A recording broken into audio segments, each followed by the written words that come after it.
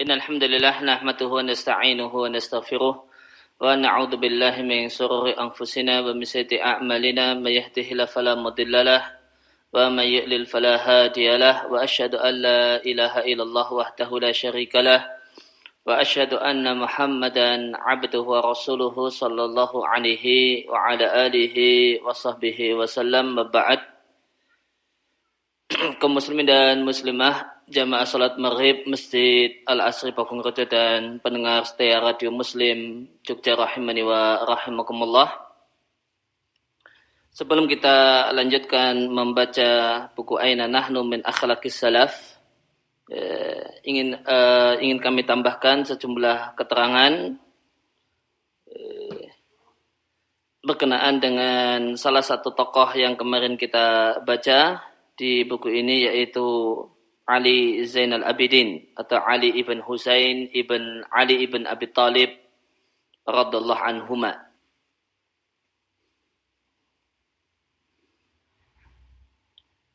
Ya, berkenaan dengan beliau Ali ibn Husain ibn Ali ibn Abi Talib, maka Ali ini adalah ibunya adalah Ummu Walad. Ummu Walad adalah budak perempuan yang disetubui oleh tuannya dan punya anak dari tuannya. Ya, yang nama dari ibunya Ali ibn Husain adalah Ghazalah. Ini artinya kijang. Dan kijang adalah bahasa yang dipakai oleh dalam budaya Arab untuk menunjukkan wanita cantik. Wanita cantik itu diidentikan dengan kijang. Dan Ghazalah ini aslinya adalah putri Raja Kisra, Raja Persia yang terakhir. Maka kerajaan Persia itu gulung tikar di masa Ali bin Abi Thalib. Dan dari pertempuran yang terakhir antara kaum muslim dengan Raja Persia yang terakhir, maka kaum muslim mendapatkan ghanimah dan tawanan, di antaranya adalah 3 putri Raja Kisra. 3 putri Kisra. Ini Kisra adalah gelar Raja Persia. Yang singkat ceritanya, maka anak perempuan yang Kisra yang paling tua nanti kemudian diambil oleh Abdullah bin Umar, kemudian yang tengah itu dan diambil oleh Muhammad bin Abi Bakar, anaknya Abu Bakar As-Siddiq, kemudian yang ketiga yang paling muda diambil oleh Husain bin Ali bin Abi Talib, yang nama aslinya adalah Shah Zinan. Nama aslinya adalah Shah Zinan. Kemudian setelah masuk Islam, dia diberi nama dengan nama Ghazalah. Nah, dari Ghazalah ini lahirlah Ali Zainal Abidin. Dan inilah rahasia kenapa orang-orang Syiah itu mengkultuskan keturunan Husain dan lebih mengutamakannya dibandingkan keturunan Al-Hasan bin Ali bin Abi Thalib, dikarenakan padahal Al-Hasan itu lebih mulia daripada Al-Husain, dikarenakan dari keturunan Husain inilah mengalir darah Persia, dan hakikat gerakan mereka adalah mau mengembalikan Imperium Persia Raya. Oleh karena itu maka mereka mengistimewakan anak keturunan Husain bin Ali. Dan imam-imam Syiah yang 12 adalah Ali, kemudian Hasan, kemudian Husain, kemudian semua keturunannya Husain, tanpa keturunannya Hasan. Dan Ahlul Bait dalam keyakinan mereka adalah Ali, Fatimah, Hasan, Husain, dan keturunannya Husain tanpa keturunannya Hasan. karena dari jalur Husain inilah kemudian mengalir darah Persia dari Ali Zainal Abidin. Dan anaknya Husain yang namanya Ali ini ada dua. Sedangkan Ali yang disebut dengan Ali Zainal Abidin adalah Ali Al-Asghar, Ali yang kecil. Wa amal akbar fa innahu qutila ma'al Husain. Sedangkan anaknya Husain yang lain yang juga namanya Ali, namun itu beda ibu. Ya, karena Ghazalah cuma punya satu anak saja, ya, yaitu Ali Zainal Abidin. Maka Ali yang akbar yang tua itu terbunuh bersama Husain di Karbala. Wa kana Ali hada ma'a abihi. Kenapa dia kemudian berumur panjang si Ali Zainal Abidin ini? Wa kana Aliun, dan Ali yaitu Ali Zainal Abidin hada ma'a abihi, sebenarnya bersama bapaknya di peristiwa Karbala. Nah, dan Wawa ibnu Thalathin wa Isrina sana. Dan ketika peristiwa Karbala, Ali Zainal Abidin ini umurnya sudah 23 tahun. Ila anau kana maridun na'iman ala firashin falam yuqtal. Ya, namun pada saat peristiwa Karbala ini Ali Zainal Abidin dia dalam kondisi sakit, tertidur di tempat tidurnya dan tidak dibunuh. Wa kana yukna Abul Husain wa qila Abu Muhammad. Dan kunyahnya adalah Abu Husain, dan ada versi yang lain mengatakan ya, Abu Muhammad. Dan gelaran untuk Ali Zainal Abidin Ali ini adalah Zainal Abidin, yang artinya hiasan para ahli ibadah, karena beliau adalah seorang yang sangat luar biasa dalam beribadah kepada Allah Subhanahu wa taala. Dan gelar yang lain adalah Sajjad, As-Sajjad, orang yang sangat banyak bersujud. Nah, disebutkan bahasanya beliau dalam sehari semalam sholat sebanyak, total sholat yang beliau kerjakan selama sehari semalam adalah 1000 rakaat.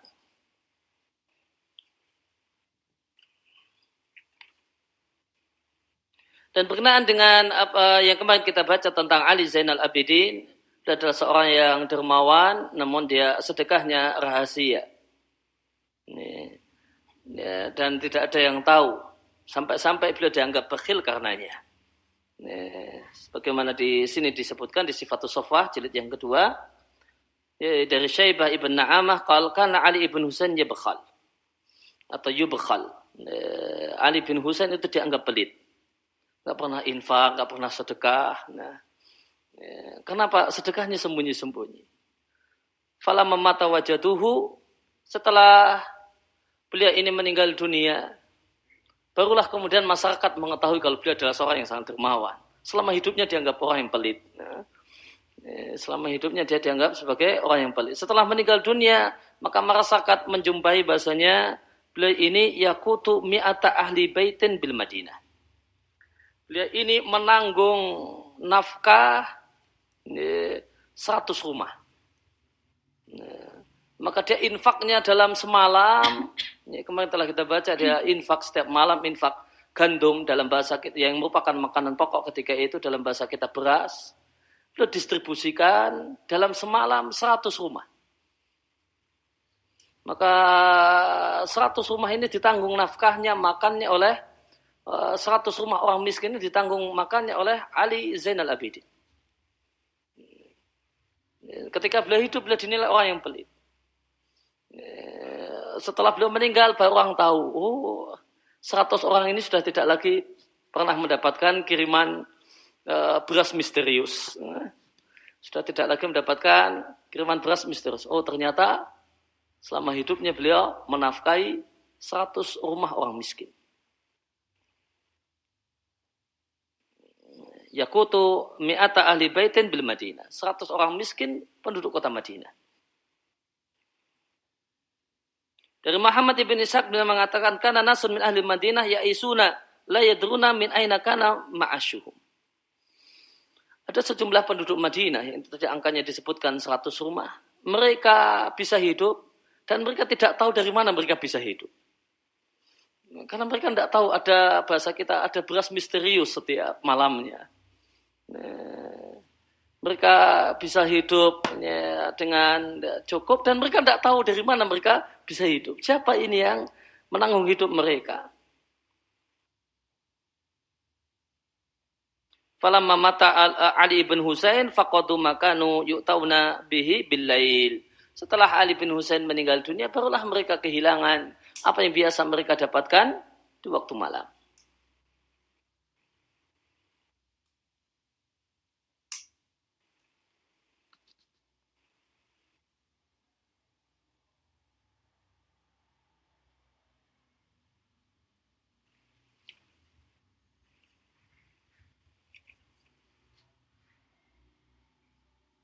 Dan di antara akhlak mulia yang patut untuk jadi contoh dari Ali bin Husain, Ali Zainal Abidin, ke akhlak beliau ketika dicaci maki orang.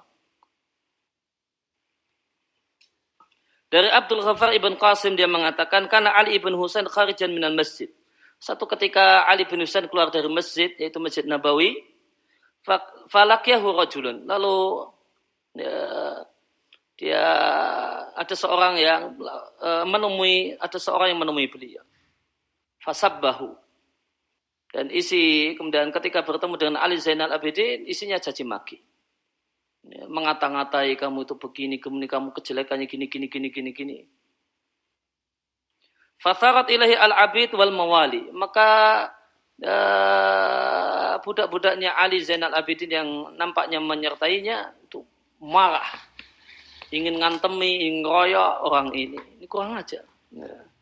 Sama orang baik-baik demikian. Ya. Dicaci maki. Ya.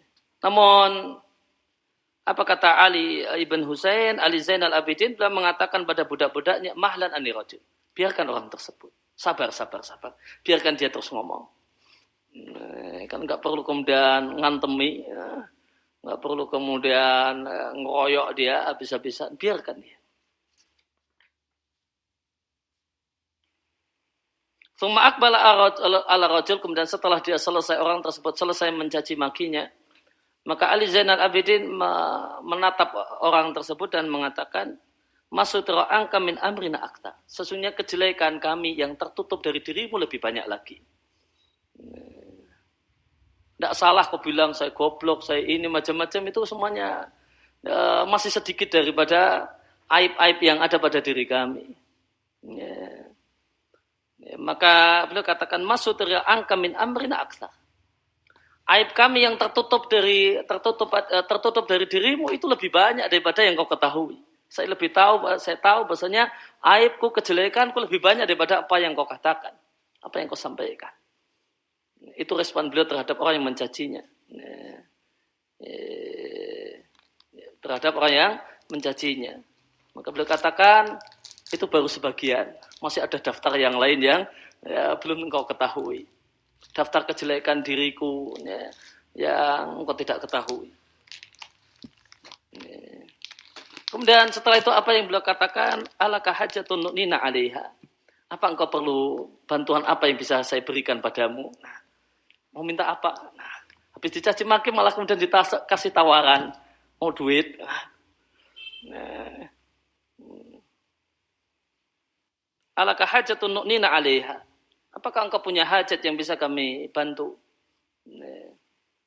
Fastahya ar-rajul, maka orang tersebut malu jadinya. Habisnya cemaki malah dapat tawaran bantuan finansial. Fa'alqa alaihi khamisatan kanat alaihi. Ya, maka Ali Zainal Abidin sebagai hadiah karena telah mencaci makinya, maka beliau berikan khamisah, ya, pakaian yang beliau pakai, mungkin rida yang beliau pakai, ya, beliau berikan kepada orang tersebut.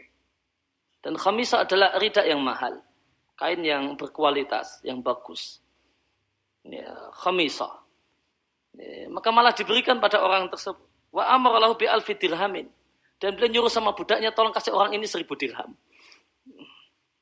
Ya, tolong kasih orang ini 1.000 dirham. Fakana rajulu ba'da dzalika yaqul asyhadu annaka min auladi rasul sallallahu alaihi wasallam. Nyaci maki Ali Zainal Abidin malah dapat kain bagus, plus duit 1.000 dinar. Duit 1.000 dirham. Plus duit 1.000 dirham.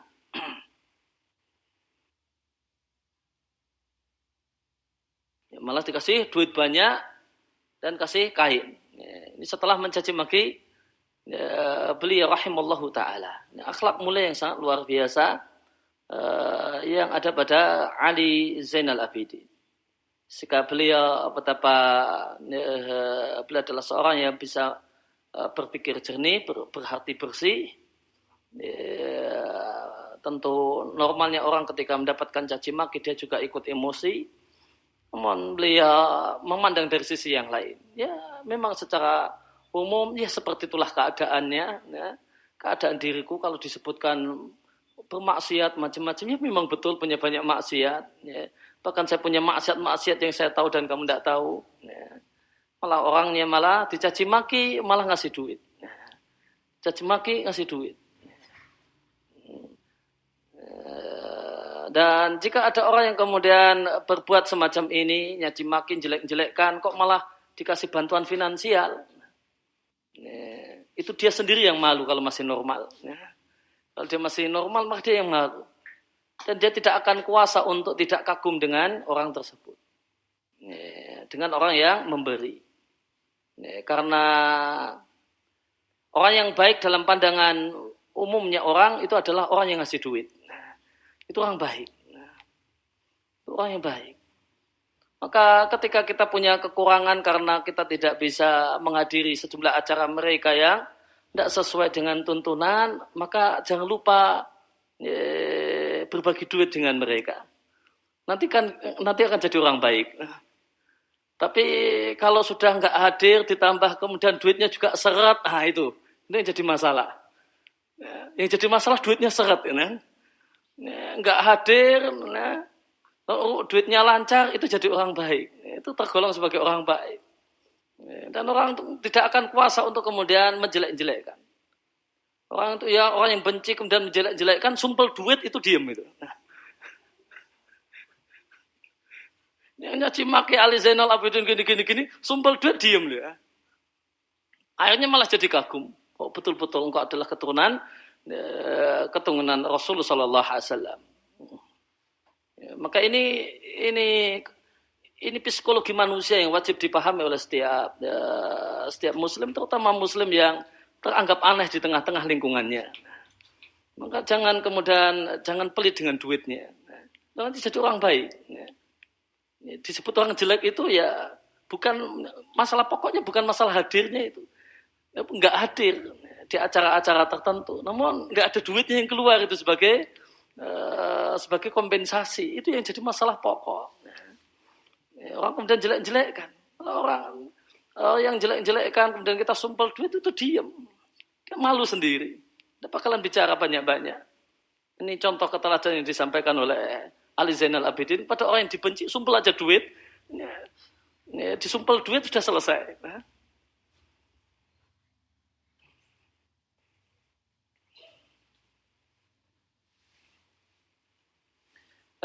Kemudian ada satu nasihat Ali Zainal Abidin yang saya bacakan, nasihat beliau untuk anaknya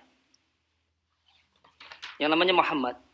Muhammad bin Ali Zainal Abidin mengatakan, "Ausani abi, ayahku pernah berwasiat kepada aku dengan mengatakan, janganlah engkau berkawan dengan 5 orang.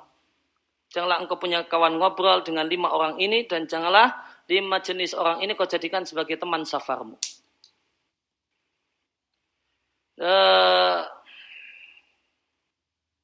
Ju'iltu fidaka ya abati man haula'il khamsah. Siapa itu 5 jenis manusia yang tidak layak untuk jadi kawan ngobrol di dunia nyata ataupun di dunia maya. Nah, yang jelas kawan berbincang-bincang, kawan ngobrol. Maka Ali Zainal Abidin mengatakan, janganlah engkau berkawan dengan orang fasik, alil maksiat. Fa innahu yabi'uka bi'aklatin famadunaha. Ya. Maka dia akan rela mengorbankan dirimu. Orang fasik itu punya sifat, dia akan rela mengorbankan kawannya meskipun untuk mendapatkan sesuap makanan. Sesuap makanan atau satu hal yang lebih rendah daripada sesuap makanan. Kemudian Muhammad sang anak mengatakan, ayahku, apa yang dimaksud dengan yang lebih rendah daripada sesuap makanan? Ya, maka Ali Zainal Abidin mengatakan dia menginginkan satu suapan makanan kemudian dia tidak mendapatkannya. Kalau sesuap makanan artinya betul-betul dia mendapatkannya. Sampai-sampai dia cuma berharap dan akhirnya ternyata dia tidak mendapatkannya, dia sampai rela korbankan kawannya sendiri. Kemudian sang anak mengatakan, ya abati wa man thani, siapakah manusia yang kedua? Kata Ali Zainal Abidin, la tashabanna al-bakhila. Janganlah engkau berkawan dengan orang yang pelit. Fa innahu yaqta'u bika fi malihi ahwaja ma kunta ilaihi. Karena orang yang pelit itu tidak akan memberikan bantuan kepadamu di saat engkau sangat butuh bantuannya. Di saat engkau sangat membutuhkan bantuannya. Dan ketika mendapatkan bantuan dalam kondisi semacam ini, itu lebih tragis. Dia punya kawan kaya nggak mau bantu, itu lebih tragis daripada nggak punya kawan orang kaya. Sehingga tidak ada yang bantu. Itu beban mentalnya lebih berat manusia yang pertama. Punya teman kaya pelit, pas sangat butuh bantuan, dia nggak mau bantu. Kemudian siapa yang ketiga kata sang anak, maka Ali Zainal Abidin mengatakan, janganlah engkau berkawan dengan kadzaban, dengan orang yang suka bohong. Fa innahu bimanzilati sarab, karena orang yang suka bohong itu seperti fata morgana. Yubaiduka minka al-qarib, dia menjauhkan sesuatu yang dekat darimu. Wa yuqaribu minkal ba'id, dan mendekatkan sesuatu yang jauh karena bohongnya. Harusnya orang yang kemudian kita dekat dengannya malah kita jauhi gara-gara bohongnya. Harusnya orang-orang yang kita jauhi malah kemudian kita dekatkan karena kebohongannya. Maka jangan berkawan dengan orang yang suka bohong, orang yang kemudian penjilat muka, orang yang suka menjilat dan dengan dia bohong untuk kepentingan itu. Karena bahaya. Harusnya orang-orang yang kau dekati itu jadi kau jauhi gara-gara masukannya. Harusnya orang-orang yang kau jauhi malah kau dekatkan gara-gara masukan si tukang penjilat, si pembohong. Siapa yang keempat? Beliau mengatakan, janganlah engkau berkawan dengan ahmak, orang yang dungu. Fa innahu yuridu ayan fa'aka fayaduruka. Jangan berkawan dengan orang yang dungu. Apa bahayanya? Dia itu ingin memberikan manfaat kepadamu malah dengan menjerumuskanmu. Kan? Dia itu maksudnya baik, itu malah menjerumuskan kawannya. Karena kebodohannya. Karena kebodohannya. Dia inginnya berbagi kebaikan dengan kawannya, namun ternyata dia malah susahkan kawannya dengan perbuatannya tersebut. Kemudian apa yang kelima, wahai ayahku, kata Ali Zainal Abidin rahimallahu ta'ala, janganlah engkau berkawan dengan qati'atir rahim, orang yang memutus hubungan kekerabatan. Fa inni wajadtuhu mal'unan fi kitabillahi fi thalathati mawadi'. Karena aku jumpai bahasanya orang yang memutus hubungan kekerabatan itu dilaknat dalam Al-Quran di 3 ayat dalam Al-Quran. Yaitu di surat Ar-Ra'd ayat yang ke-25, kemudian surat Muhammad ayat 22 dan 23, dan di surat Al-Baqarah ayat yang ke-27.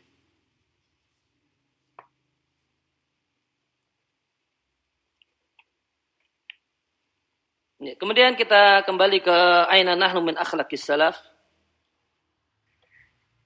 Qala al-musannif hafizallahu ta'ala wa qala Muhammad ibn Musanna qala hadatsana Abdullah ibn Sinan.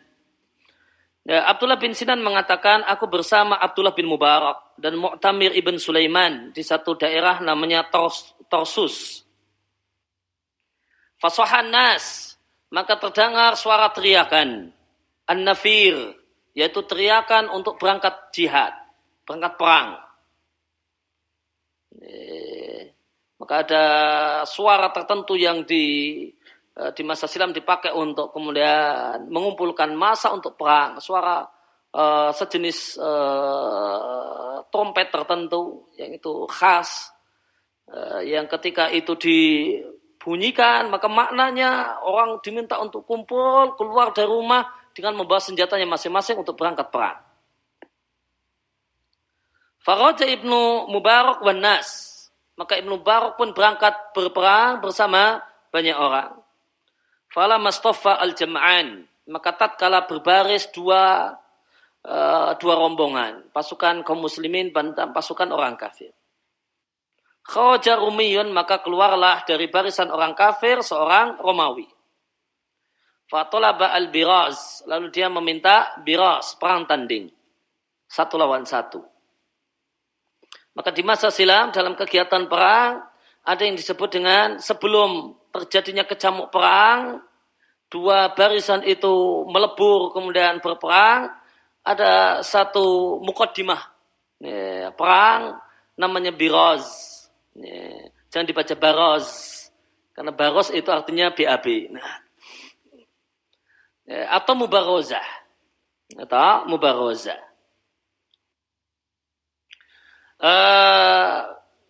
Yang itu artinya perang tanding 1 lawan 1. Jadi ini sudah berhadapan-hadapan, kemudian keluarlah dari barisan A seorang, kemudian keluarlah dari barisan B satu orang. Kemudian mereka kelahi, bertempur, sampai salah satunya mati.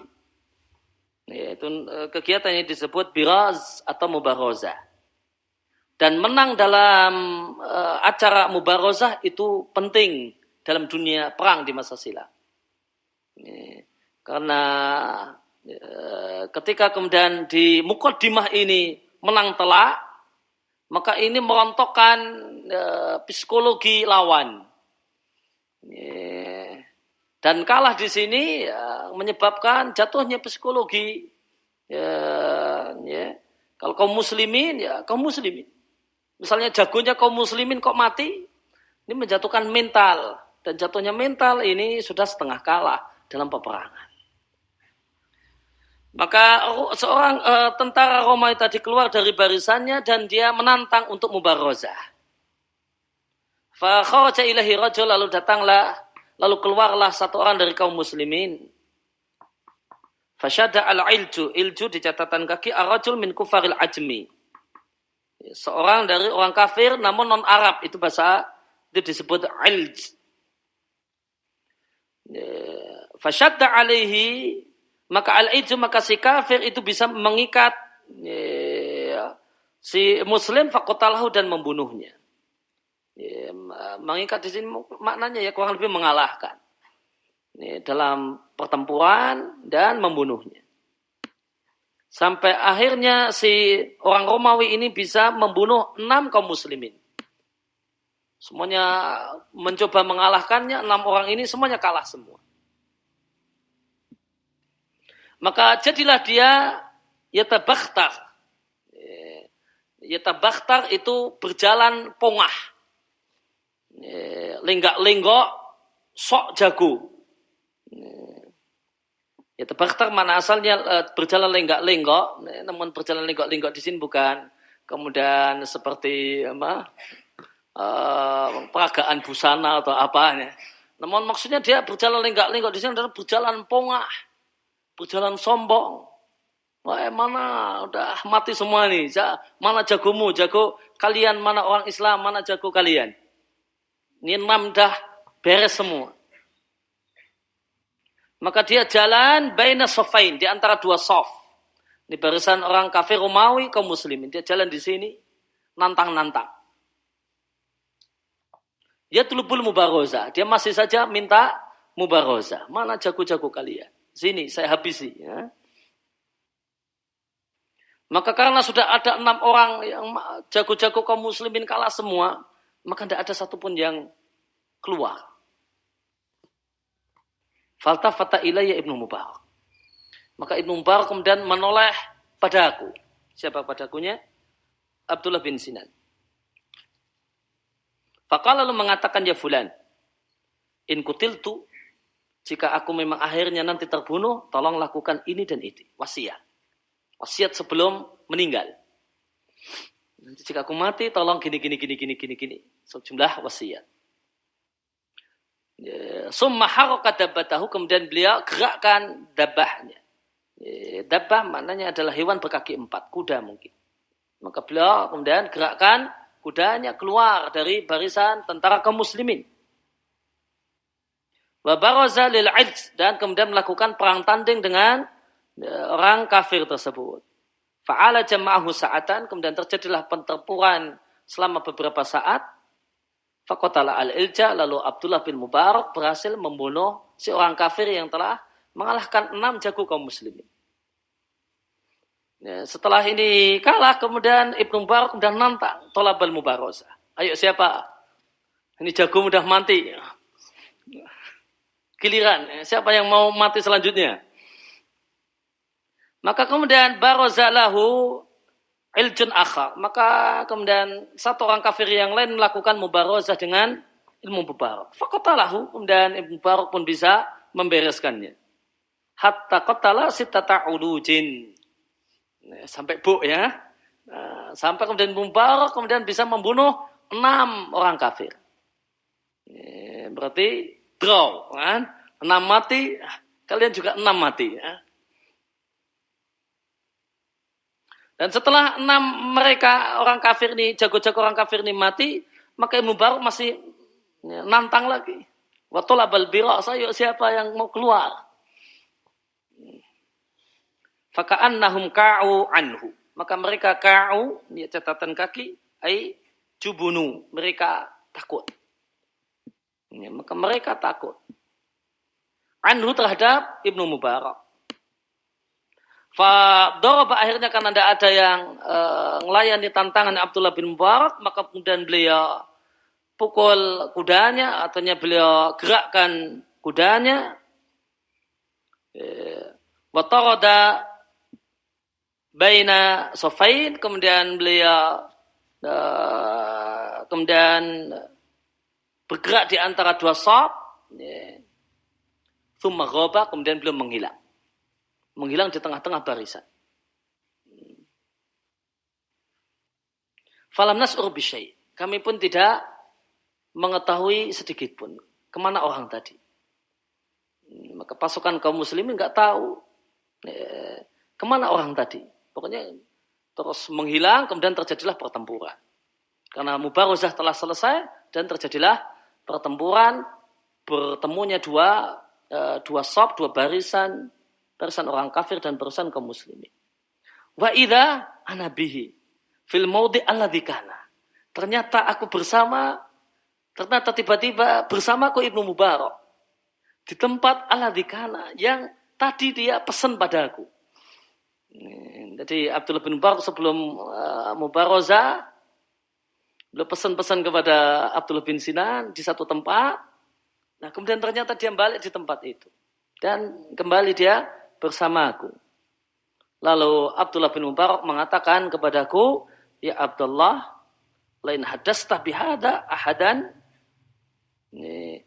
wa ana hayyun fadzakar kalimatan. Maka wahai Abdullah, jika engkau ceritakan hal ini kepada seseorang dan keadaan aku masih hidup, awas kamu. Tak tempai lagi kamu. Kalau kamu cerita, siapa yang mubarozah kemarin?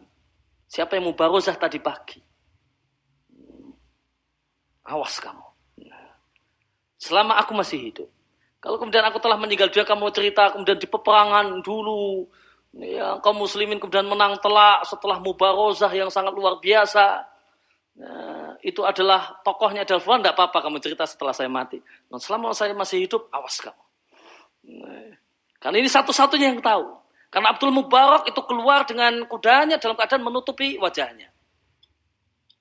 Nah, ketika dia keluar dari barisan kaum muslimin, dia tutupi wajahnya. Dan dia habisi semua 6 orang kafir tadi tanpa tersingkap sedikit pun wajahnya. Enggak sobek, enggak kemudian terbang, enggak kemudian yang lainnya penutup wajahnya. Sehingga kaum muslimin ketika itu enggak ada tahu siapa dia. Enggak ada yang tahu kecuali Abdullah bin Sinan. Enggak ada yang tahu kecuali Abdullah bin Sinan. Yang dibisiki, yang dikasih wasiat. Kalau saya meninggal dunia tolong gini. Itu satu-satunya yang tahu. Yang lain enggak ada yang tahu. Tidak ada yang tahu. Dan setelah mubarozah sukses, kemudian perang selesai, maka dia hampiri lagi Abdullah bin Sinan, dia ancam. Karena beliau ingin itu menjadi amal sir, amal rahasia, amal tersembunyi. Tidak ada orang yang tahu. Beliau katakan, kalau kamu ceritakan, siapakah saya? Siapakah yang tadi melakukan mubarozah demikian luar biasanya? Dan kau ceritakan kepada seseorang, siapapun dia. Selama saya masih hidup, awas kamu. Fadzakara kalimatan, beliau menyebutkan satu kalimat, yaitu kalimat ancaman. Awas kamu. Cerita-cerita, awas kamu.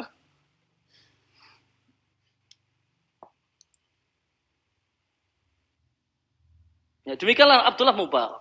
Abdullah bin Mubarak. Maka beliau adalah seorang yang luar biasa. Abdullah bin Mubarak salah satu ulama tabi'in. Ya, di era tabi'in. Beliau mengumpulkan tiga keutamaan yang jarang terkumpul pada manusia-manusia yang lain. Yang pertama, sebagaimana kita baca di sini, beliau mujahid hebat, ahli perang, ahli gulat, jagoan gulat, jago perang. Ini jagoan, betulan. Orang yang mubarozah dengan 6 orang semua jago-jago, kalah semua. Sampai gentarlah orang-orang kafir. Maka beliau di medan perang jagonya. Ya, di medan perang beliau jagonya. Kemudian keutamaan yang lain, fadilah yang lain, beliau adalah ahlul ilm. Alimun minal ulama ul kibar. Ulama besar di zaman tabi'in. Di zaman tabi'in. Maka sibuknya beliau dengan ilmu tidak kalah kemudian menyebabkan beliau enggak jagoan perang. Nah. Ya, beliau sibuk dengan ilmu, namun perang juga oke. Nah. Ya, di meja mengajar beliau jagonya, di medan perang beliau juga jagonya. Dan beliau yang ketiga adalah beliau adalah yang nanti akan kita baca di kitab ini. Beliau adalah ghaniyun sakhiyun. Orang kaya yang sangat dermawan.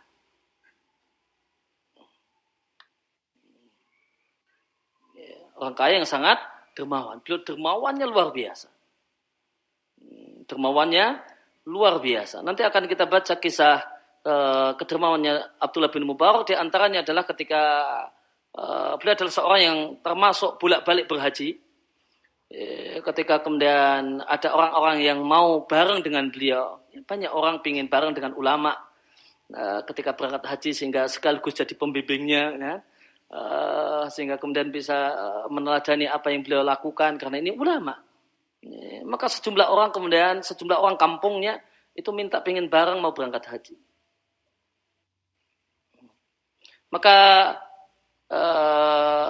beliau katakan, kalau kalian mau ikut haji bersamaku ada satu syarat. Ada satu syarat. Semua bekal kalian kumpulkan di tempatku. Bekal duit macam-macam kumpulkan di tempatku. Tentu dulu butuh biaya, ya, haji butuh biaya yang tidak sedikit untuk perjalanan, untuk selama di Mekah, ya, selama kemudian kegiatan. Semua bekal kalian kumpulkan padaku. Syaratnya itu. Kalau tidak mau nggak jadi, tidak boleh ikut. Maka kemudian mereka kumpulkan bekal mereka, duit-duit mereka, orang-orang yang mau ikut ini di tempatnya Abdullah bin Mubarak. Kemudian disimpan oleh Abdullah bin Mubarak. Selama perjalanan semuanya dibiayai oleh Abdullah bin Mubarak. Selama biaya makannya macam-macam di Mekahnya, semuanya dikasih makan oleh Abdullah bin Mubarak. Kemudian dialah yang nanggung semuanya. Sampai kemudian pulangnya terus masih kemudian ditanggung oleh Abdullah bin Mubarak. Setelah sampai kampungnya, setelah pulang, selesai haji, maka kemudian yang kemarin disimpan dibuka kemudian dikembalikan lagi kepada orangnya masing-masing. Silakan Anda pulang, silakan Anda pulang, silakan Anda pulang. Itu syarat berhaji dengan Abdullah bin Mubarak. Itu syaratnya kemudian harus siap dibantu oleh Abdullah bin Mubarak. Kalau mau makan sendiri nggak boleh. Syaratnya boleh ikut, namun saya ngasih makan. Saya yang nanggung semuanya. Itu syarat. Jadi temannya Abdullah bin Mubarak dalam safarnya untuk haji. Kalau makan sendiri-sendiri atau bahkan ngasih makan saya nggak boleh. Kan?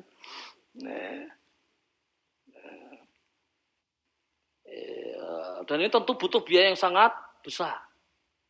Dan itulah beliau orang kaya.